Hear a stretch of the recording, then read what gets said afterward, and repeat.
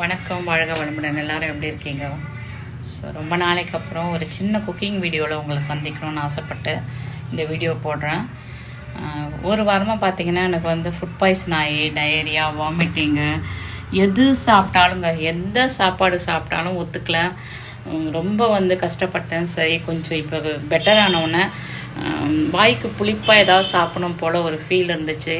அப்போ தான் எங்கள் அம்மா சின்ன வயசில் எங்களுக்கெல்லாம் உடம்பு சரியில்லைன்னா, இல்லை எங்கள் அக்காக்கெல்லாம் டெலிவரி ஆனவொன்று வந்து நல்லெண்ணெயில் வச்சு ஒரு தக்காளி தொக்கு இல்லை தக்காளி ஊறுகாய் மாதிரி பண்ணி பாட்டிலில் ஸ்டோர் பண்ணி வச்சுப்பாங்க. இது பார்த்தீங்கன்னா நீங்கள் வந்து கிட்டத்தட்ட வந்து ஒரு வாரம் 10 நாள் கூட கைப்படாமல் வச்சுக்கலாம். இது எல்லாருக்குமே தெரிஞ்சதாக இருக்கும். ஸோ எனக்கு தெரிஞ்சதை நான் உங்களோட கூட ஷேர் பண்ணிக்கிறேன். ஸோ பிடிச்சிருந்தால் பாருங்கள், லைக் பண்ணுங்கள், சப்ஸ்கிரைப் பண்ணுங்கள். இருங்க, நான் அதை எப்படி பண்ணுறதுன்னு காட்டுறேன். ஆல்ரெடி நான் வந்து தக்காளியை வந்து வாஷ் பண்ணி ஏற்கனவே இது போட்டு வச்சுட்டேன். இந்த மாதிரி வந்து போட்டு நல்லா வந்து நல்லெண்ணெய் ஊற்றி வதக்கி எப்படி வச்சுருக்கணுங்க. ஆல்ரெடி இது பார்த்திங்கன்னா ஒரு 75% குக் ஆகிடுச்சு. இந்த குக்கான இந்த தக்காளியை வந்து நல்லா வந்து ஆஃப் பண்ணிவிட்டு நம்ம என்ன பண்ணணும்னா மிக்சியில் போட்டு நல்லா அடித்து, அதுக்கப்புறம் வந்து அதில் அந்த வந்து வரமிளகாத்தூள், வெந்தயப்பொடி இதெல்லாம் போட்டு வந்து நம்ம நல்லா வந்து சுண்ட வச்சு, நல்லா சுண்டோன்னு வந்து அதில் வந்து கொஞ்சம் நல்லெண்ணெய் காய்ச்சி ஊற்றி இறக்கிடணும். நான் அதை எப்படி பண்ணுறதுன்னு சொல்லி காட்டுறேன். ஒரு நிமிஷம் இருங்க. இப்போ பார்த்தீங்கன்னா நம்ம அந்த வதக்கி வச்சுருக்கோம் பார்த்திங்கன்னா அந்த தக்காளியுடைய தண்ணி வந்து அப்படியே வானலியிலே வச்சுட்டு இருங்க. இதை அப்படியே என்ன பண்ணணும், இந்த கடாயிலேயே இருக்கணுங்க. இந்த கடாயிலேயே அந்த தண்ணி இருக்கும். தண்ணி கொஞ்சம் எண்ணெயும் சேர்ந்து இருக்கும். அதை எங்கள் அம்மா கொட்ட மாட்டாங்க. அது மிக்சியில் போட்டு அரைச்சிங்கன்னா ரொம்ப தண்ணி ஆகிடும். அதில் கொஞ்சோண்டு மஞ்சள் பொடியை போட்டு நல்லா கொதிக்க விட்டுட்டு அதில் என்ன பண்ணணும் வந்து இந்த மிளகாப்பொடி பார்த்திங்கன்னா கிட்டத்தட்ட ஒரு 1.5 ஸ்பூன் மட்டும்தான் எடுத்திருக்கேன் காரத்துக்கு. ஏன்னா எங்கள் வீட்டில் நாங்கள் காரம் அதிகமாக சாப்பிட மாட்டோம். அதனால் அது என்ன பண்ணணும், அந்த தண்ணியோடு சேர்ந்து அப்படியே நீங்கள் ஒரு வதக்கிட்டு இந்த மாதிரி பண்ண அரைச்சி வச்சுருக்குற இந்த தக்காளி விழுதுகளை இதில் அப்படியே கொட்டிட்டு இது நல்லா என்ன பண்ணணும், கலரிகிட்டே இருக்கணுங்க. இது எவ்வளோக்கு எவ்வளோ வந்து திக்காகுதோ, இப்போ பார்த்தீங்கன்னா இதில் கொஞ்சம் தண்ணி இருக்குது. இது எவ்வளோக்கு எவ்வளோ திக்காகி ஒரு மாதிரி வந்து எண்ணெய் பிரிய ஆரம்பிக்கும் போது இதை வந்து நம்ம அப்படியே இறக்கிடலாம். உப்பு வந்து நீங்கள் கடைசியாக போட்டிங்கன்னா நல்லாயிருக்கும். ஸோ இதை அப்படியே வந்து நீங்கள் வந்து கலரி விட்டுக்கிட்டே இருக்கணுங்க. இது வந்து தக்காளி எப்போவுமே பார்த்தீங்கன்னா ஒன்றும் பாதியமாக தான் நம்ம அரைக்கணும். நீங்கள் பச்சையாக அரைக்கிறதுக்கும் இது மாதிரி வந்து நல்லா வதக்கி அரைக்கிறதுக்கும் என்ன வித்தியாசம்னா, இது மாதிரி முழு தக்காளியாக இருந்ததுன்னா கூட வதக்கி அரைக்கும்போது நீங்கள் அந்த ஊறுகாய் அந்த முழு தக்காளியாக இருக்கும்போது கூட அதனுடைய மனம் நல்லாயிருக்கும், அதனுடைய சுவையும் நல்லாயிருக்கும். இதே பச்சை தக்காளியாக இருந்தால் ஒரு டேஸ்ட்டும் அந்த வாசனையும் வேறு மாதிரி இருக்கும்.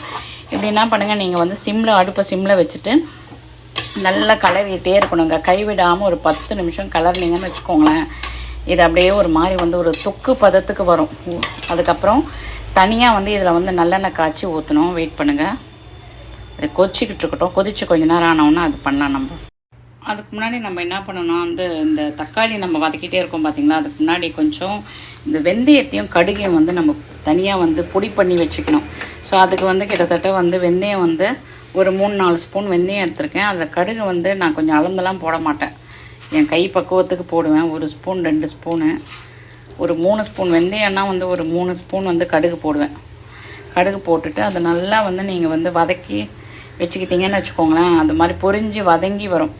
அதை வந்து நீங்கள் ஆற வச்சு நீங்கள் பொடி பண்ணி வச்சுக்கலாம்.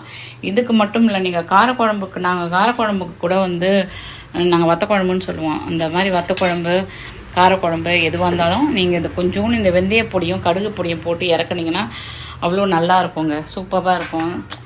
இதெல்லாம் இதனுடைய மருத்துவ குணங்கள் நமக்கு என்றைக்குமே வந்து நம்மளுடைய பண்டைய தமிழர்களாகிய நம்மளுடைய எல்லா சமையல்லையும் பார்த்திங்கன்னா நம்ம என்னென்ன பொருள் சேர்க்குறோமோ அதில் எல்லாத்துலேயும் ஒரு மருத்துவ குணம் இருக்குங்க. வெந்தயத்துக்கு வந்து உடல் சூட்டை குறைக்கும்.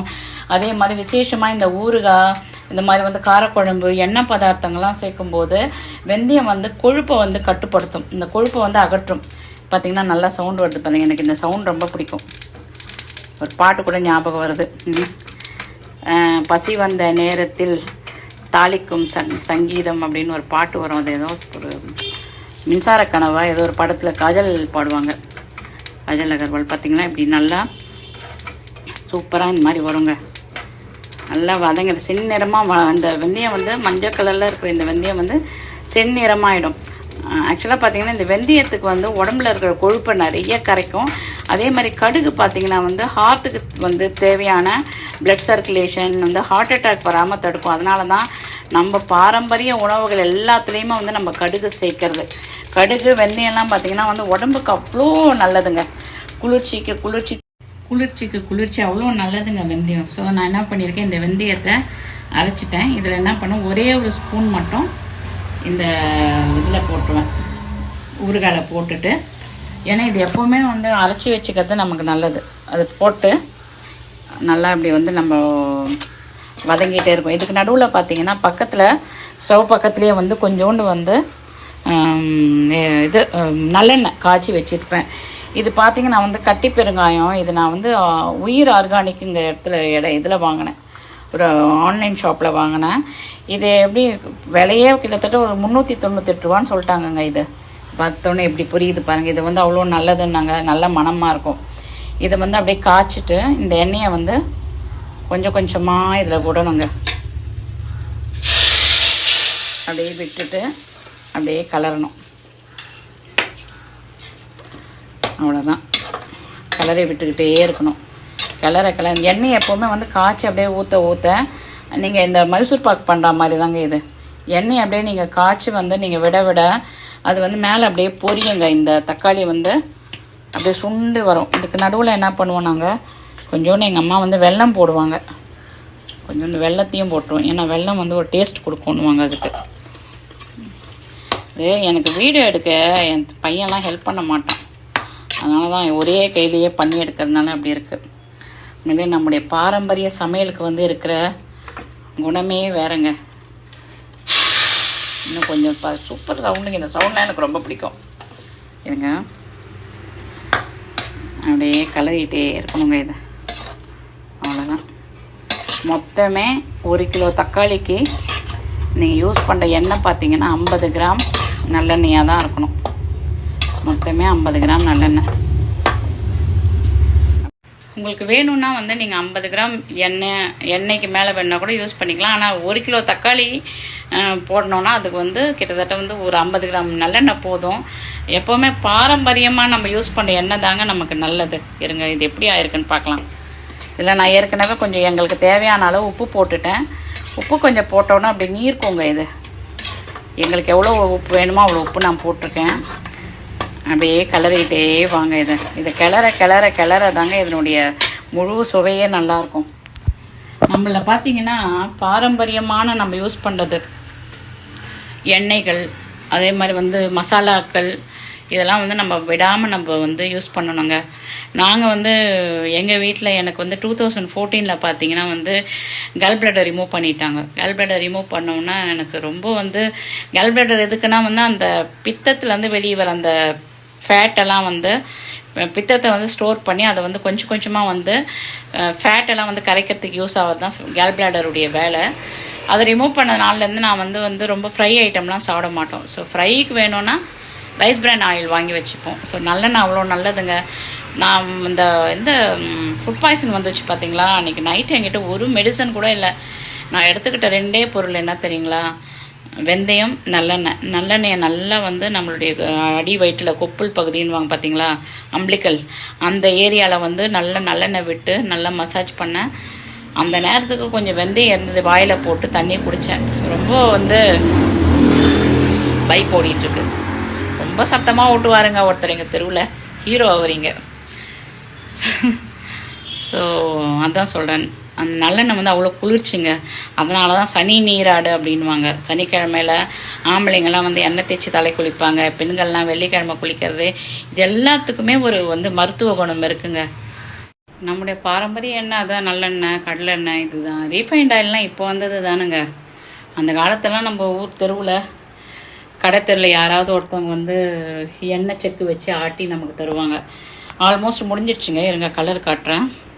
இதை பார்த்திங்கன்னா எப்படி ஒரு ஆரஞ்சு கலரில் இருந்தது, நல்ல ஒரு செங்கல் ரெட் கலரில் ஆயிடுச்சு. கடைசியாக கொஞ்சோண்டு எண்ணெய் வச்சுருப்பேன். அந்த எண்ணெயை வந்து ஊற்றி அப்படியே இதை ஒரு கிளறி அவ்வளோதான் ஆஃப் பண்ணி வச்சுருவேன். எப்படி இருந்த ஊறுகாய் முதல்ல பார்த்திங்கன்னா தண்ணியாக இருந்துச்சு. அதுக்கப்புறம் ஒரு தொக்கு பதத்துக்கு, இந்த பதத்துக்கு வந்துடுங்க. இது நல்லா இதை நீங்கள் என்ன பண்ணுங்கள், ஏர் டைட் கண்டெய்னரில் வந்து மூடி, இப்போ வந்து குளிர்காலம் தான் இருந்தால் கூட ஃப்ரிட்ஜில் வச்சுருங்க. ஏன்னா உங்களுக்கு வந்து இந்த ஸ்பூன் மாற்றி மாற்றி போடும்போது கெட்டு போகாமல் இருக்கும். ஸ்டவ் ஆஃப் பண்ணிவிட்டு இந்த மாதிரி கலர் ஆனோன்னா ஸ்டவ் ஆஃப் பண்ணி வச்சுருங்க. இதை வந்து நீங்கள் வந்து இட்லி, தோசை, அதுக்கப்புறம் சப்பாத்திக்கெலாம் எனக்கு எப்படி இருக்கும்னு தெரியாது. இட்லி தோசைக்கு நல்லாயிருக்கும், டேஸ்ட்டாக இருக்குங்க. ஸோ வேறு என்னங்க, இன்றைக்கி ரொம்ப நாளைக்கு ஆல்மோஸ்ட் வெள்ளிக்கிழமை, இன்றைக்கினா செவ்வாய்க்கிழமை. இது வரைக்கும் வந்து நான் உண்மையில சொல்கிறேங்க, சாப்பாடே இல்லை எனக்கு, சாப்பிடவே இல்லை நான் எதுவுமே. நேற்று வரைக்கும் அரோரோட் கஞ்சி சாப்பிட்டேன். இன்றைக்கி கொஞ்சோண்டு பார்த்திங்கன்னா வந்து ப்ரெட்டு வந்து காஃபியில் முக்கி சாப்பிட்டேன். கொஞ்சம் வயிறு கொஞ்சம் நல்லா இருந்த மாதிரி இருந்தது. சரி, அரோரோட் கஞ்சி வச்சுட்டு இந்த தக்காளி ஊறுகாய் வச்சு சாப்பிட்லான்னு ஒரு ஐடியா பண்ணியிருக்கேன். இட்லிக்கு கூட ரொம்ப நல்லாயிருக்கும், தயிர் சாதத்துக்கு நல்லாயிருக்கும். ஸோ ட்ரை பண்ணுங்கள். எப்போவுமே சொல்கிறேங்க, வீட்டில் ஒரு ஃபஸ்ட் எய்ட் மெடிசன் வச்சுக்கோங்க. பேனிக் ஆகக்கூடாது. நான் ரொம்ப பயந்துட்டேங்க அன்றைக்கி. ஸோ பயப்படக்கூடாது. என்ன ஆனாலும் எல்லாத்துக்கும் மேலே கடவுளுடைய அனுகிரகமும் கடவுளுடைய வந்து முழு நான் கடவுள் நம்பிக்கை எனக்கு எப்போவுமே இருக்குங்க. அன்றைக்கி நைட்டு உண்மையிலே சொல்கிறேங்க, நான் ரொம்ப பயந்துட்டேங்க அன்றைக்கி நைட்டு. பட் அப்போ தான் வந்து எனக்குள்ளே ஒரு சத்தம், நான் உன் கூட இருக்கேன் அப்படிங்கிற மாதிரி ஒரு ஃபீல் எனக்கு. அது நான் வந்து அந்த சத்தத்தையும் அந்த உணர்வையும் நான் கடவுள், அந்த பரபிரம்மம், நீங்கள் எந்த கடவுளானா கூட எடுத்துக்கோங்க, சிவனோ, அல்லாவோ, ஜீசஸோ, எனக்கு ஜீசஸ் கிரைஸ்ட்னால் ரொம்ப பிடிக்குங்க. ஸோ எனக்கு வந்து நான் கூட இருக்கேன், நீ ஏன் வந்து கஷ்டப்படுற அப்படிங்கிற மாதிரி ஒரு ஃபீல் அன்றைக்கி இருந்துச்சு. உண்மையிலே வந்து இன்றைக்கி நான் இப்படி நிற்கிறேன்னா அது கடவுளுடைய சுத்த கிருபை தாங்க நான் சொல்ல முடியும். ரொம்ப எமோஷ்னல் ஆகிட்டேன். எனிவே எல்லோரும் நல்லா இருங்க. நம்ம என்ன சமைச்சாலும் என்ன சாப்பிட்டாலும் அது நம்ம வயிற்றுக்குள்ளே போய் அது நமக்கு சரியான விதத்தில் செரிமானம் ஆனாதாங்க நம்ம உயிர் வாழ முடியும். ஸோ வாழ்கிற ஒவ்வொரு நிமிடத்தையும் நாம் கடவுளுக்கு நன்றி சொல்லி வாழணுங்கிறத நான் வந்து கொஞ்ச நாளாக உணர்ந்துக்கிட்டு வரேன். ஸோ இன்றைக்கி பண்ண இந்த சமையலை கடவுளுக்கு நான் அர்ப்பணம் பண்ணி, நீங்கள் கிருஷ்ணா அர்ப்பணம் சொன்னாலும் சரி, அல்லா அர்ப்பணம் சொன்னாலும் சரி, இயேசு அர்ப்பணம் சொன்னாலும் சரி, கடவுளுக்கும் இந்த பிரபஞ்சத்திற்கும் நம்ம நன்றி சொல்லிவிட்டு ஒவ்வொரு கவலை உணவையும் நம்ம சாப்பிடுவோம், இல்லாதவங்களுக்கு ஹெல்ப் பண்ணுவோம்.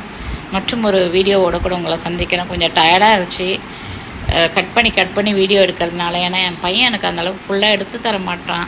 எனக்கு இந்த மொபைல் எப்படி எடுக்கிறதுன்னு தெரியல. ஸோ ஏதாவது குற்றம் குறை ஏதாவது இருந்தால் மன்னிங்க. முடிஞ்சால் ஃபுல் வீடியோ பாருங்கள், முடியலனாலும் ஸ்கிப் பண்ணி பாருங்கள். ஸோ லைக் பண்ணுங்கள்.